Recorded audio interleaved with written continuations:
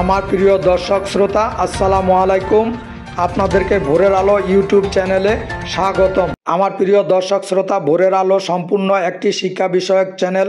প্রতিদিনের তথ্য নির্ভর ও বিশ্বস্ত শিক্ষা সংক্রান্ত নিউজ পেতে চ্যানেলটি সাবস্ক্রাইব করুন।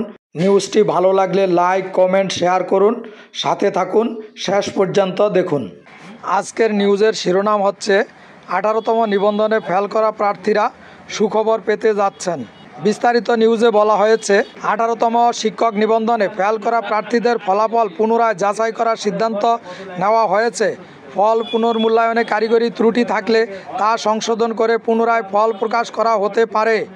সোমবার 30 জুন শিক্ষা মন্ত্রণালয়ের মাধ্যমিক ও উচ্চশিক্ষা বিভাগের একটি সূত্র দ্য ডেইলি ক্যাম্পাসকে জানিয়েছে, 18তম নিবন্ধনে একদিনের একটি বোর্ডের ভাইভায় কারিগরি ত্রুটি ছিল বলে প্রাথমিকভাবে সামনে এসেছে।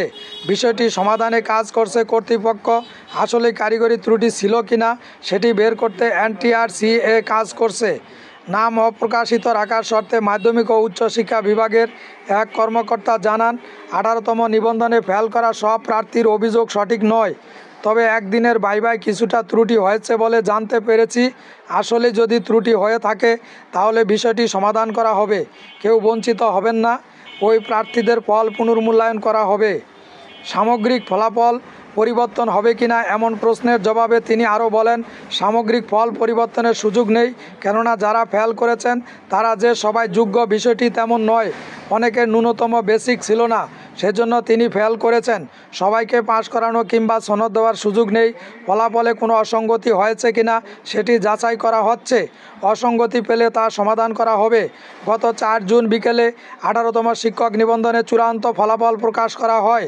এতে 60,521 জন প্রার্থীকে উত্তীর্ণ ঘোষণা করা হয়।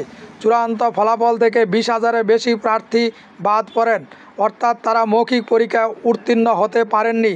বিষয়টি নিয়ে সামাজিক যোগাযোগ মাধ্যমে ক্ষোভ প্রকাশ করতে থাকেন অনুত্তীর্ণ প্রার্থীরা। মোহাম্মদ মিলন নামে এক 18তম নিবন্ধন প্রত্যাশী দ্য ডেইলি ক্যাম্পাসকে বলেন, আমাদের ফলাফলে অনেক অসঙ্গতি রয়েছে। কোনো বোর্ডে 60 জনের মধ্যে 51 জন ফেল, আবার কোনো বোর্ডে মাত্র 3 জন ফেল। লিখিত পরীক্ষায় 40 পেয়েও চূড়ান্তভাবে উত্তীর্ণ হয়েছে। আবার যাদের 70 নম্বর পাওয়ার কথা তারা ফেল করেছেন। আমরা এ ফলাফল মানি না, আমাদের ফল পুনর্মূল্যায়ন করতে হবে। প্রিয় দর্শক শ্রোতা ও স্যার ম্যাডাম, আমি আপনাদের সাথে নিউজটি শেয়ার করলাম। নিউজটি ভালো লাগলে লাইক, কমেন্ট, শেয়ার করুন। সাথে থাকুন। প্রিয় দর্শক শ্রোতা, ভোরের আলো একটি শিক্ষা বিষয়ক চ্যানেল। এখানে নির্ভরযোগ্য ও বিশ্বস্ত শিক্ষা সংক্রান্ত প্রতিদিনের নিউজের আপডেট পাওয়া যাবে। চ্যানেলটি সাবস্ক্রাইব করুন, আমাদের সাথে থাকুন। আজকে এ পর্যন্তই। আল্লাহ হাফেজ। আসসালামু আলাইকুম।